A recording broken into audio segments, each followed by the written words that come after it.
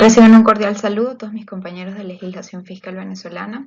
Les habla la estudiante María Ángel Garrido Sánchez y les vengo a hablar sobre los ilícitos tributarios. ¿Qué son los ilícitos tributarios? Según el artículo 80 del Código Orgánico Tributario, son todos aquellos actos u omisiones que constituyen una infracción de las normas tributarias y originan la aplicación de una sanción por parte de los organismos competentes.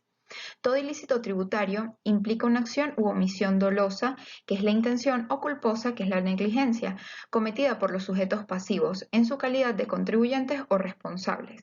Con esta acción u omisión, el sujeto pasivo incumple con las obligaciones tributarias ante la administración tributaria, ya sea nacional, estatal o municipal. Los ilícitos tributarios son las manifestaciones en el derecho tributario. Es el derecho de castigar el Estado contra quienes vulneren el ordenamiento jurídico de manera que afecten bienes fundamentales de la sociedad. ¿Cuál es la naturaleza jurídica? La naturaleza jurídica de los ilícitos tributarios no se ha definido hasta la actualidad. En este sentido, existen cuatro corrientes. La primera, que la ubican en el derecho penal, la segunda en el administrativo, la tercera en el derecho tributario y la última, que es una corriente mixta, la misma señala que la naturaleza jurídica proviene de varias ramas del derecho, según Weffer del 2004. ¿Cuál es la clasificación de los ilícitos tributarios? En primer lugar, tenemos el ilícito formal. El ilícito formal se origina por el incumplimiento de los deberes que están en el artículo 99 del Código Orgánico Tributario. Pero ¿qué son estos ilícitos? Son las conductas violatorias de los deberes formales contenidos en el COT, aunque su incumplimiento no causa un perjuicio real, dificultan el desenvolvimiento de las funciones de la administración tributaria y pueden servir de preámbulo para la comisión de un ilícito de mayor gravedad. Por ejemplo, no inscribirse en los registros exigidos por las normativas tributarias respectivas, emitir, entregar o exigir comprobantes, llevar libros o registros contables o especiales, no presentar declaraciones y comunicaciones, no permitir el control de la administración tributaria, informar y comparecer ante la administración tributaria, no emitir facturas u otros documentos obligatorios o emitirlos en un medio no autorizado por las normas tributarias, y por último, cualquier otro deber contenido en las normas de carácter tributario.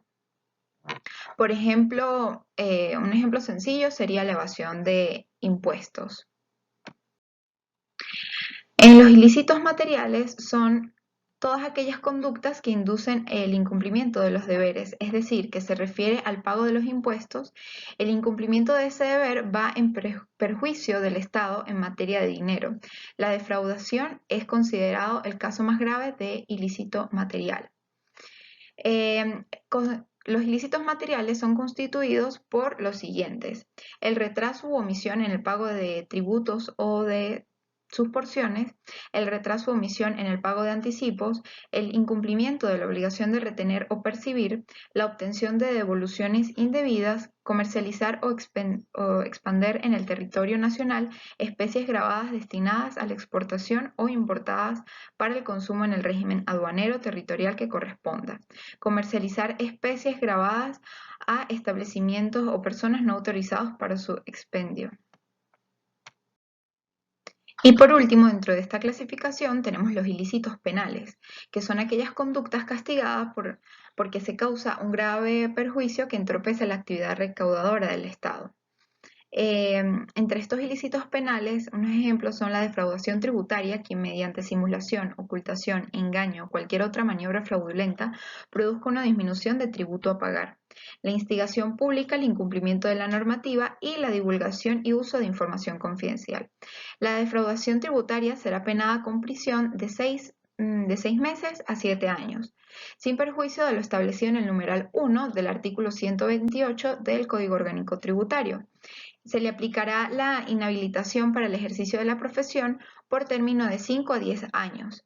Al profesional o técnico que con motivo del ejercicio de su profesión o actividad participe, apoye o coopere en la comisión del ilícito penal tributario. Tenemos las sanciones. Según el artículo 89 del Código Orgánico Tributario, dice que las sanciones, salvo las penas restrictivas de libertad, serán aplicadas por la Administración Tributaria, sin perjuicio de los recursos que contra ellas puedan ejercer los contribuyentes o responsables, las penas restrictivas de libertad y la inhabilitación para el ejercicio de oficios y profesiones solo podrán ser aplicadas por los órganos judiciales competentes. Las sanciones son una pena para un delito o una falta para aquellos individuos que obran en contra de la administración tributaria y la recaudación de tributos. ¿Cuál es la clasificación de las sanciones? Tenemos 6 clasificaciones, que es la prisión, la multa, la comisión y destrucción de los efectos materiales objetos de ilícito o utilizados para cometerlo, la cláusula temporal del establecimiento o áreas del mismo, la inhabilitación para el ejercicio de oficios y profesiones y por último la suspensión o revocación de la autorización de industrias o expendios. En la prisión, pues son cárceles u otros establecimientos penitenciarios donde se encuentran los privados de libertad, ya sea como detenidos, procesados o condenados.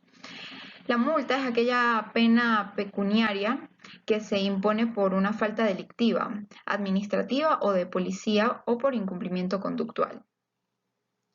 Tenemos la cláusula temporal del establecimiento áreas del mismo, que es aquel cierre temporal, parcial o definitivo de un local, y este es implementado por el CENIAT. Al igual que la suspensión o revocación de la autorización de industrias o expendios, que también es aplicado por el CENIAT. Circunstancias atenuantes son aquellos acontecimientos aplicables a todos los delitos y a la personalidad anterior y posterior del hecho que permite disminuir o suavizar las penas. Según el artículo 95 del COD, encontramos que las circunstancias atenuantes son aquellas que el grado de instrucción del infractor, la conducta que el autor asuma en el esclarecimiento de los hechos, la presentación de la declaración y pago de la deuda para regularizar el crédito tributario, el cumplimiento de los requisitos omitidos que puedan dar lugar a la imposición de la sanción y por último las demás circunstancias atenuantes que resulten de los procedimientos administrativos o judiciales previstas por la ley. Por último, tenemos las circunstancias agravantes, que son aquellas circunstancias accidentales al delito y concurrentes con la acción delictiva que produce el efecto de modificar la responsabilidad criminal del sujeto, determinando un mayor quantum de pena por representar una mayor antijurídica de la acción y un plus de culpabilidad en el agente. Según el artículo 96 en el COD, tenemos que las circunstancias agravantes son la reincidencia, la cuantía del perjuicio fiscal y la obstrucción del ejercicio de las facultades de fiscalización de la administración tributaria. En Venezuela se ha establecido un verdadero sistema penal tributario en el cual se amplían las facultades de regulación, control, fiscalización y penalización de la administración tributaria en sus distintos niveles geográficos. Las sanciones son cuantiosas, generan intereses y se les puede aplicar agravantes, por lo que la recomendación debe ser mantenerse solvente en todas y cada una de nuestras obligaciones tributarias. Espero que les haya servido toda esta información y bueno, muchísimas gracias por su atención.